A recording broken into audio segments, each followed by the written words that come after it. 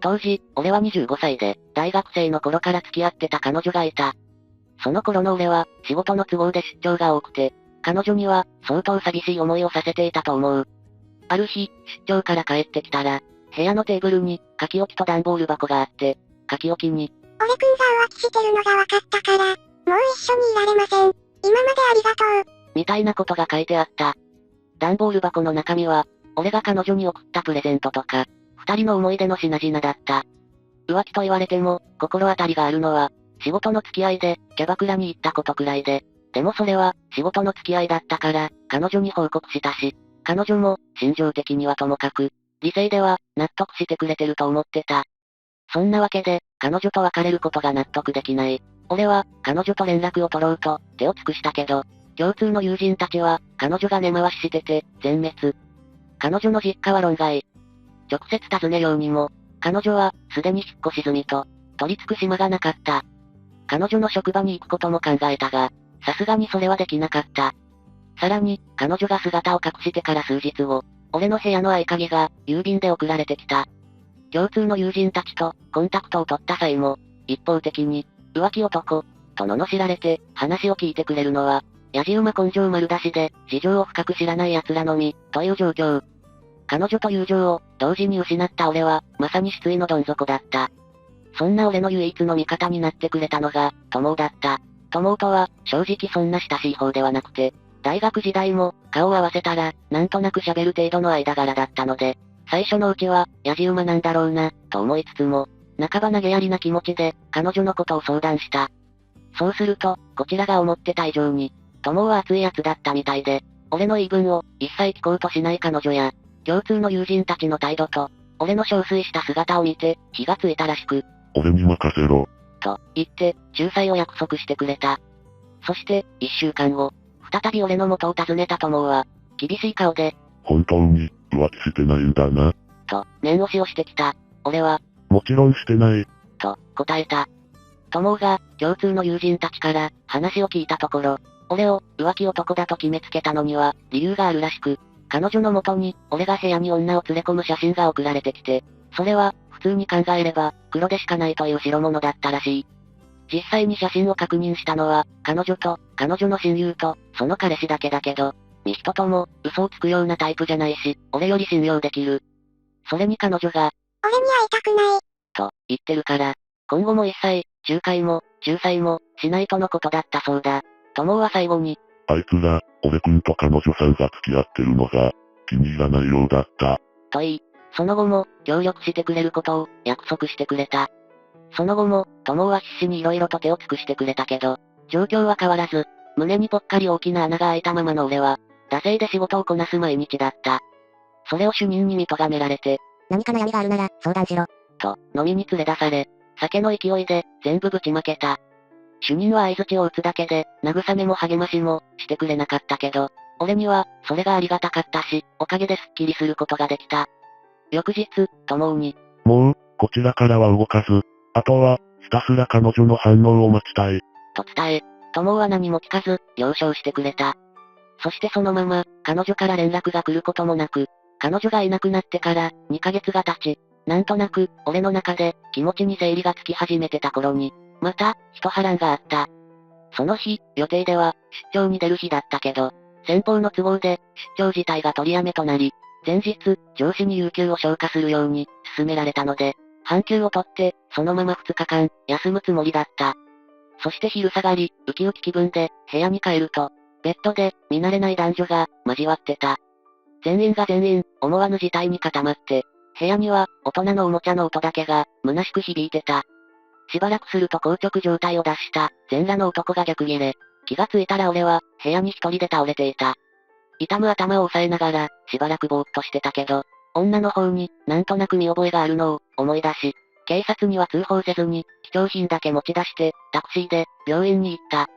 とりあえず、軽い検査で、脳に異常なさそうだという結果が出たので、外来受付で、診断書を書いてもらい、部屋へ戻り、徹底的に家探しすると、ベッドと壁の間から、見慣れないデジカメが出てきた。中身を確認し、証拠が得られたので、その足で、近所の大家の家へ出向いた。女の正体は、大家夫婦の娘の女子大生。まずは、顔見知りの大家さんの奥さんに、事情を説明して、外に出てる旦那を呼び出してもらった。当然、最初は半信半疑だったけど、娘が、半裸で男と写ってるデジカメ、という証拠があるので、大家夫婦は、平身低頭で、平謝り。でも、逃亡中の娘は、連絡を取ろうとしても、全然電話に出ない。なので、さっさと連絡よこさないと、強盗とその共犯として、通報するぞ。という趣旨のメールを送ってもらい、ようやく、娘と連絡がつくようになった。ちなみに、男は逃げたらしい。家に戻ってきた、娘の話では、以前から、出張で頻繁に部屋を空ける俺の部屋を、ホテル代わりに、使っていたことが判明。空き部屋は、管理が厳しいので、俺の部屋の方が、都合が良かったそうだ。しかも、偽装のつもりで、出入りする際、俺の服を、男に着せてたそうだ。出張の予定は、俺が部屋のカレンダーで、記入してあり、それで、確認してたそうだ。鍵は、大家の自宅の仕事部屋に忍び込んで、コピーしたそうだ。最初の侵入のきっかけは、俺と大家奥さんの世間話をまた聞きして。だそうだ。大家夫婦は、娘が話をしてる間中、ひたすら土下座してたけど、娘は、自分のしたことなのに、全然悪びれた様子がないので、カチンときて。どうやら、娘さんは、自分が何をしたのか、分かってらっしゃらないようなので、叱るべきところに、通報させていただきます。と、仕事モードで脅しをかけた。両親の方は、状況のまずさを理解しているので、娘を本気で殴り飛ばした後、娘の頭を押さえて、無理やり土下座をさせ、どうか、警察沙汰だけは、勘弁してください。と、懇願してきた。それから、男の方の素性を聞き出して、娘の携帯のデータをコピーして、仕事の会議用の IC レコーダーに、娘の自白を、改めて録音して、詳しいことは、後日改めてということで、引き上げることにした。夜遅くに、大家の家から引き上げるとき、娘の顔が腫れ上がって、ガクと頬はうっ血して、青くなってた。今考えると、なんでこんなに手際よく、動くことができたのか、わからないけど、必死だった。としか、言いようがない。逃げた男については、最終的に、男の親が出てきて、誠意を示してくれたので、示談にした。しかし、親が出てくるまで、男が徹底的に逃げ回ったせいで、男の勤め先に、出向かざるを得なくなり、男の収容時間内のサボりと、犯罪行為が、会社にバレて、男は、あっさり首を切られた。大家娘に関しては、引っ越しにかかる費用と、衣服代、ベッド代、その他もろもろを、一括で支払う代わりに、警察沙汰にしない、という条件で、示談にした。事件を口外しないことも、求められたけど、それは突っぱねて、話さないは、俺の両親に、任せるということになった。友や主任には、この時も引っ越しや、弁護士の紹介やらで、いろいろと世話になった。話が前後するけど、大家娘や、男のことは、ひとまず置いておいて、彼女の話に戻すと、彼女に送られてきた写真というのは、多分、大家娘と、その男を、写したものなんだろう。男と俺は、背は同じくらいだし、髪の長さも似たような感じだった。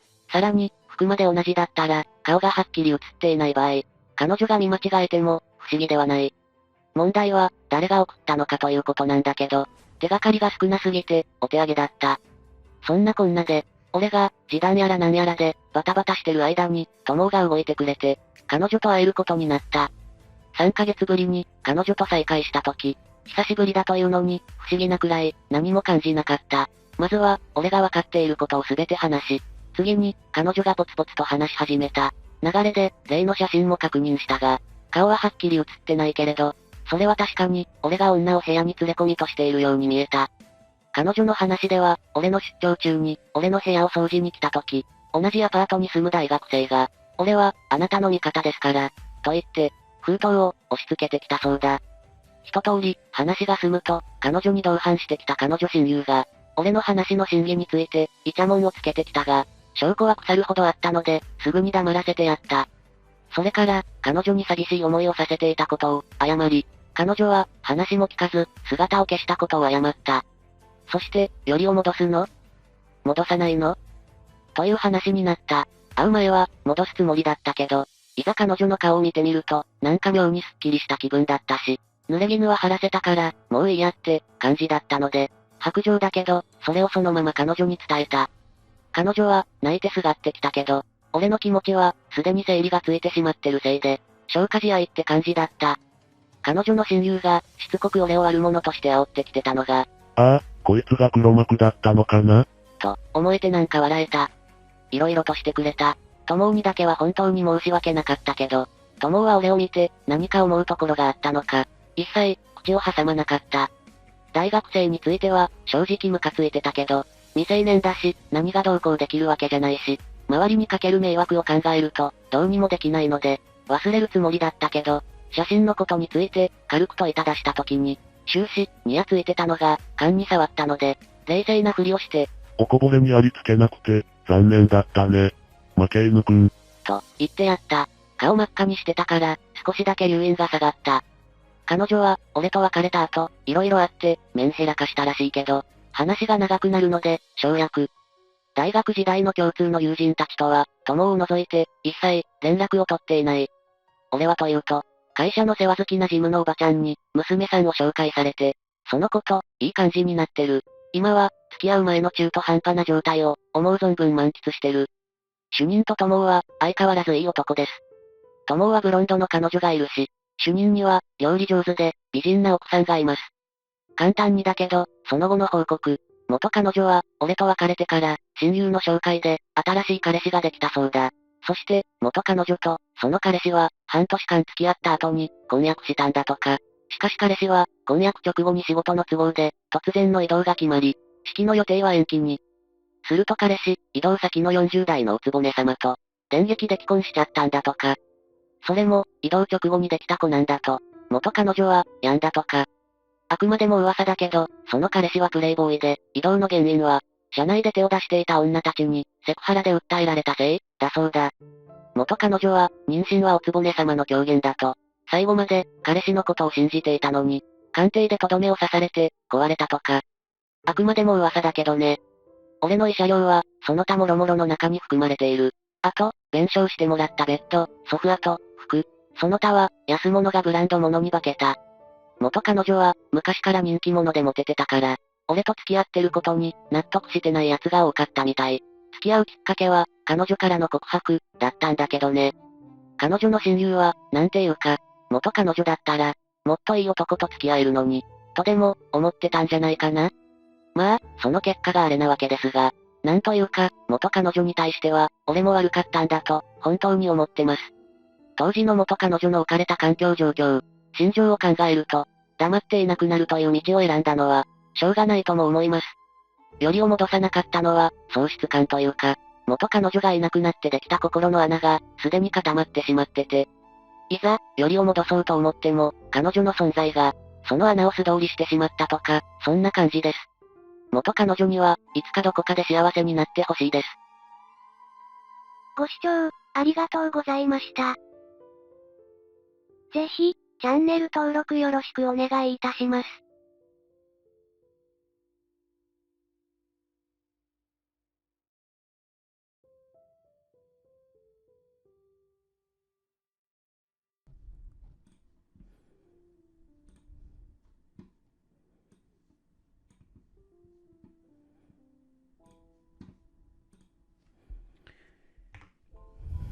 A ver, vamos a ver cómo se escucha.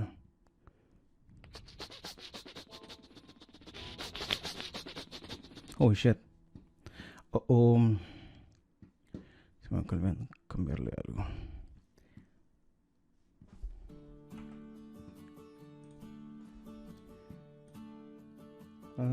¿Qué va a hacer? Bueno, creo que está bien.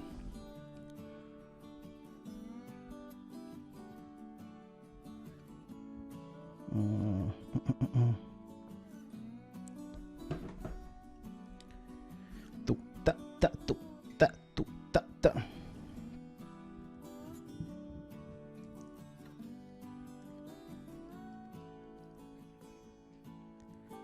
Hello, hello. Tu ta ta.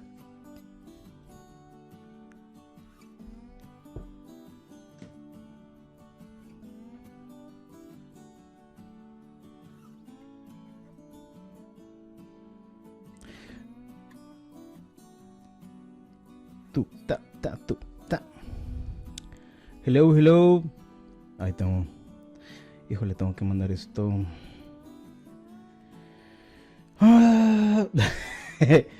Buenas noches. A ver. Sí, creo que todo se escucha bien. Nomás voy a hacer una última Prueba. Si se oye.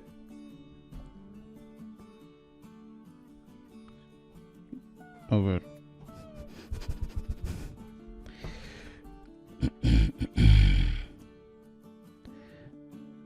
No se oye. Sí se oye. A ver, tengo que checar otra vez. ¿Cómo es esta madre? A ver.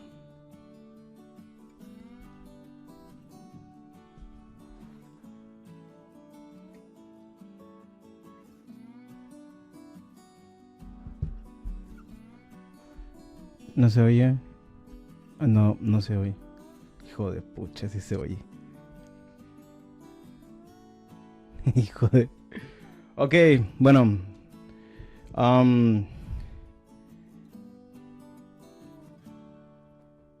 Maldita sea. A ver, quiero mandar... ¿Cómo puedo mandar el link? Porque puedo mandar este link. Pucha. Porque creo que alguien más... Otras personas se van a conectar. Entonces... ¿Dónde es esta mierda, güey, para mandar?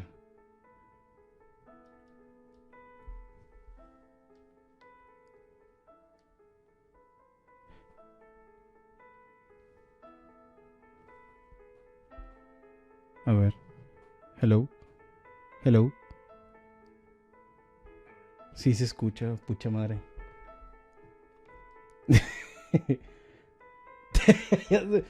Sí, el link. Pero... ¿dónde era? ¡Güey! A ver, ahorita les voy a comentar la... Les voy a pasar la historia de cómo fue toda esta mierda. Pero necesito... Ay. Ay. Pucha. A ver. Tengo una idea, ya sé qué voy a hacer. Ok, primero voy a venir para acá. Ah, ya. A ver. Ok, me voy a quitar los audífonos para no estar aquí con todos los audífonos.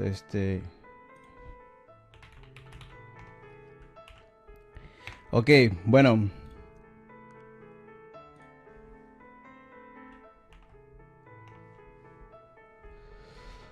Ok.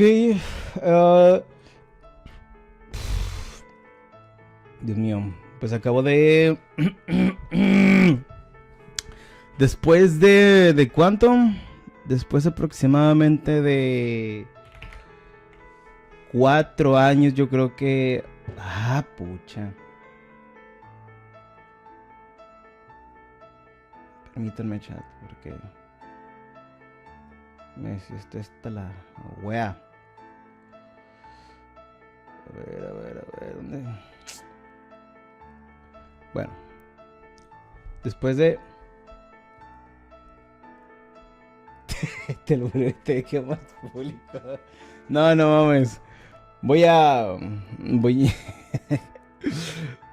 contar pues cómo fue todo, pues cómo ha sido todo el proceso. Igual se va a quedar grabado aquí todo el chat. Yo pienso que más adelante, si alguien lo quiere ver o quiere ver la retransmisión de cómo fue, puedo venirme para acá, todo el proceso, todo, pues de todo un poquito, ¿no? Que llegó a pasar. Permíteme un último segundito. Aquí está. Ya me despegó el teléfono.